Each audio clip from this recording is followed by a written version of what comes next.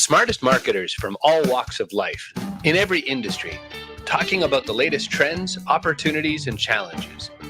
Insights from marketing executives at organizations like National Geographic, IBM, and the Baltimore Ravens. And tips from business authors and experts known around the world. Ways to improve your community's marketing, starting now, right here on the Marketing Smarts Podcast. Well, thanks, Chris Brogan. Of course, this is the Marketing Smarts live show, but if you listen to the podcast, you get to hear Chris Brogan's voice with every intro. Well, I hope you're ready to rock and roll. This one's going to be a good one today. Welcome to the Marketing Smarts live show by Marketing Profs and the Marketing Smarts podcast, where we dive into B2B news, resources, valuable guest content, and much, much more each and every week. If you're a B2B marketer looking for a place to learn, keep up to date, and have some fun along the way, well, then grab a beverage, a notepad, or at least some style of writing utensil, and welcome to the show. You can't make a scientific claim without testing and proving your hypothesis. You can't write a research paper without using and listing sources. So why should marketers expect blind acceptance that the claims they make in marketing content are true? Well, they shouldn't, says Melanie Deziel, author of Prove It, Exactly How Modern Marketers Earn Trust, especially because people are more skeptical of marketing than ever. That's a hashtag truth, ladies and gentlemen. Melanie shared in the original podcast episode that it has never been more difficult to win the trust of consumers, hands down. If we look at the historical data of how consumers' skepticism has risen, of the likelihood of trusting businesses, trust is down and skepticism is way up. I know it sounds bleak, but these folks don't believe anything we say. Then how? How do marketers prove their statements? That and more in this week's Marketing Smarts Live show. Hello to all my Marketing Smarts Live viewers today. I'm excited to bring you episode 44 of the Marketing Smarts Live show. This week's topic is all about why B2B marketers, you and I, need to prove it with a trust-building content strategy. So if you're ready to get your learn on, then buckle up and let's get ready to rock and roll. I'm your boy, George B. Thomas, speaker, trainer, catalyst, and the host of this here show, the Marketing Smarts Live show, as well as the Marketing Smarts podcast, found on your favorite podcast app. Our guest clips today are brought to you by none other than Melanie Deziel. Melanie Deziel, keynote speaker, award-winning branded content creator, and author of the Content Fuel Framework, How to Generate Unlimited Story Ideas and Prove It, Exactly How Modern Marketers Earn Trust. Melanie is the founder of Story Fuel. And she spends her days giving keynotes and leading workshops that teach marketers, creators, and companies of all sizes how to create better content. Now, remember, the clips of Melanie Deziel today are pulled from the full Marketing Smarts podcast episode. And if you want to listen to the full interview with Melanie Deziel and myself, make sure to tune in to the Marketing Smarts podcast. Link to the full show will be in the description below after the live show ends. Now, in this episode, again, I'm talking with Melanie about why we need to prove it with our trust-building content strategy. With today's episode, I wanted to dig right in and ask Melanie the best tips she would have for us as B2B marketers to prove in our content marketing moving forward. How can we add in this trust? What are the tips? How do we prove it? So I asked her the question, what are 2 or 3 tips for creating trust-building content? And here's what she had to share. So if you're all in and you want to do this, like, the book has all the information, much more that we could get to right now, but I'll give you sort of 3 things you can focus on, at least for the time being. My recommendation is when you're looking to create proof, you're looking to create evidence of these claims that you're making, there's 3 types that work super well. So corroborate the claims that you're making. So that means relying on other people's opinions. So that's the quotes, the testimonials, the case studies, the expert opinions, right? Bring in other voices to agree with what you're saying. The second type is demonstrate. So look for ways, again, to show it, like in the infomercial, show them instead of just telling them. How can you let them see it with their own eyes? Give them the full product walkthrough, the tutorial, the behind the scenes, the in-depth case study. So corroborate, demonstrate, and then educate. I think that's a really forgotten one, is that a lot of times our audience can't believe our claims because they don't understand them.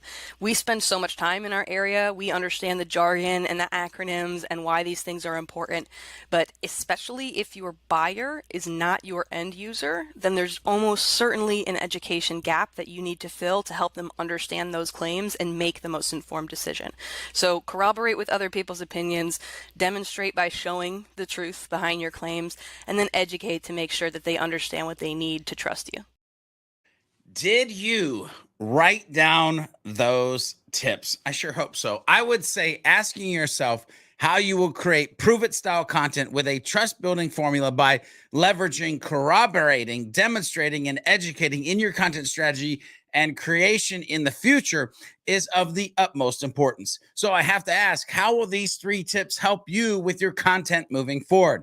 Put the answer to that in the chat pane or let me know on Twitter using the hashtag MPB2B. And of course, tag me using @GeorgeB.Thomas. Now, we'll get back to Melanie Deziel and her thoughts on why B2B marketers need to prove it with a trust-building content strategy. But first, I have to ask, are you part of the Marketing Profs community yet? If not, become part of the Marketing Profs community by heading to mprofs.com/MP today. That's mprofs.com/MP today. Now, it's time for one of my favorite sections in the B2B news, where we talk about breaking B2B news or really important tips we find on the Google News tab related to you and your B2B business. This week, well, the title is 4 Pillars of B2B Brand Trust, How to Build Customer Confidence.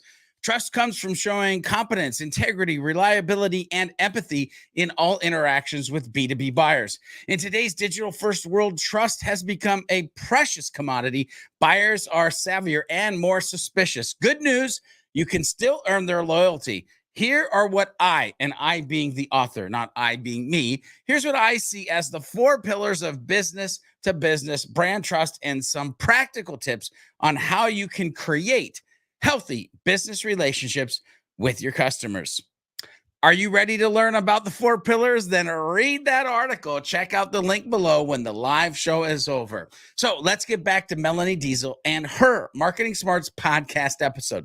Now that you have 3 tips for Melanie and a couple 4 pillars you could pay attention to, I wanted to know what would get in our way as B2B marketers. So I asked Melanie, what are some hurdles you've seen marketers face along the way with building this trust, the prove it strategy, all of those items? Here's what she had to share. Yeah, so there's 2 I think that are major. The one is looking at that list of things we talked about, corroborating, demonstrating, educating, and thinking, well, we've got that covered. We're already doing that. And not really looking at it with a critical eye to see, is it doing a good job of backing up those claims? Are we making it easily available? So kind of just writing it off as like, yeah, we've got that covered is probably the first one. And the second one is to kind of have that short-term excitement, like think of it like a sprint and not a marathon, keeping with your metaphor there.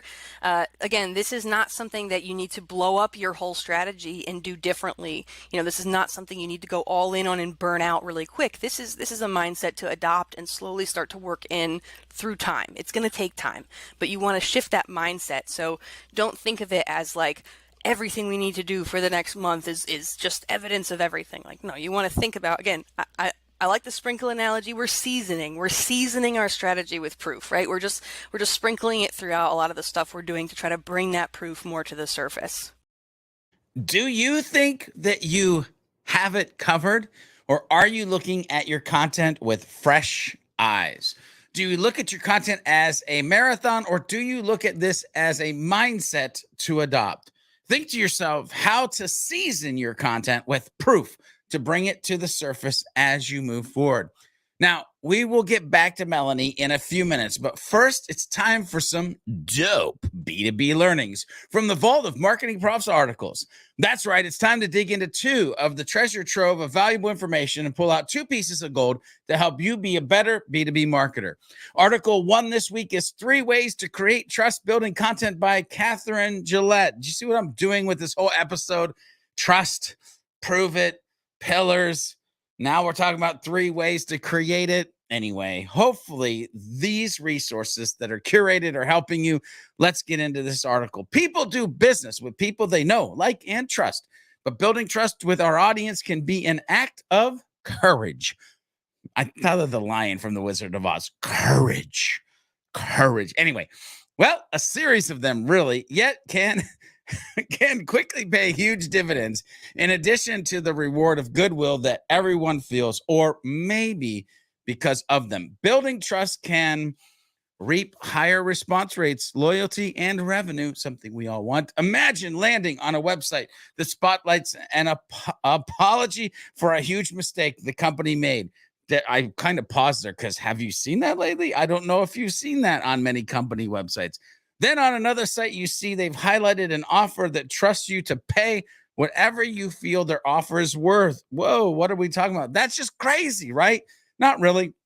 There's plenty of proof out there that trust is not just good for one-to-one relationships, but also good for B2B businesses. Want to see more examples? Then click that link in the description below. Article number 2 this week, How to Develop Client and Customer Trust by Paul McCord. Selling is not so much about the features of our products or services or even the benefits the customer receives. Rather, it is about our relationship with the customer. People do business with people they trust. That does not mean people will not make an occasional purchase of a specific item or service from someone they do not trust, because most people will at some point in time. However, those purchases tend to be exactly that, one-time purchases. To generate consistent repeat business, to generate high quality referrals, and to generate large, more profitable sales, well, you can't rely on the occasional one-time purchaser. To build a sales business, you must develop a book of clients who trust you. Want to keep learning more? If so, check the links in the description below after the live show to get access to both amazing Marketing Profs articles. All right, back to Melanie Deziel. Let's dive back into this conversation of why B2B marketers need to prove it with a trust-building content strategy. As you might be able to tell this week, I am cutting to the chase. So what is the bullseye? Where do we head if we are trying to head in the direction of success? Yep, that's exactly what I wanted to know. So I asked Melanie, what does prove it success look like in content, business, and growth? What's the positive impact? Here's, ladies and gentlemen, what she had to say. So anecdotally, and looking at the clients that I've worked with when we've built out this kind of stuff, it looks like a couple of things. And obviously the specifics will depend on your particular industry and your particular sales flow. But it looks like fewer objections. It sometimes looks like fewer, not showing up to your call, not responding to your follow-ups, because again, we're addressing those objections, we're addressing the doubts, we're filling the gaps in the knowledge, right? It looks like a better sell-through rate when you're able to have these conversations where you're bringing the proof in, you're not leaving as many doubts in their mind, and sometimes it looks like even broader things. So we might see greater followership, greater subscribers, greater web traffic, because again, if you're giving folks the answer behind the question, then there's less opportunity for them to say, I don't know, this looks like it's exaggeration, I'm out of here, right? This looks like they're just saying that I don't believe it, I'm going to go do something else. So we start to see that kind of deeper engagement, which that has the follow-on effects. If folks are staying longer, they're converting more, you start to see sort of the trailing effects in terms of loyalty, average customer lifetime value, all those things kind of follow suit. The real thing we're trying to do is not give them a chance to break up with us before we've really solidified the relationship. Ooh-wee. Do you see any of these right now?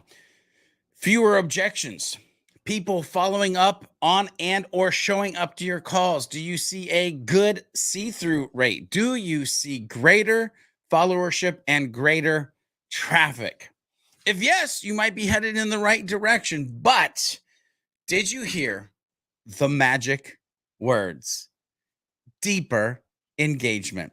Not giving them a reason to break up with us before we solidified the relationship. Now that sounds like a dope strategy. We're going to get back to some words of wisdom from Melanie Deziel here in a few minutes, but right now it's time to turn the spotlight on you, the Marketing Pros community. Yep, time for From the hashtag MP B2B community.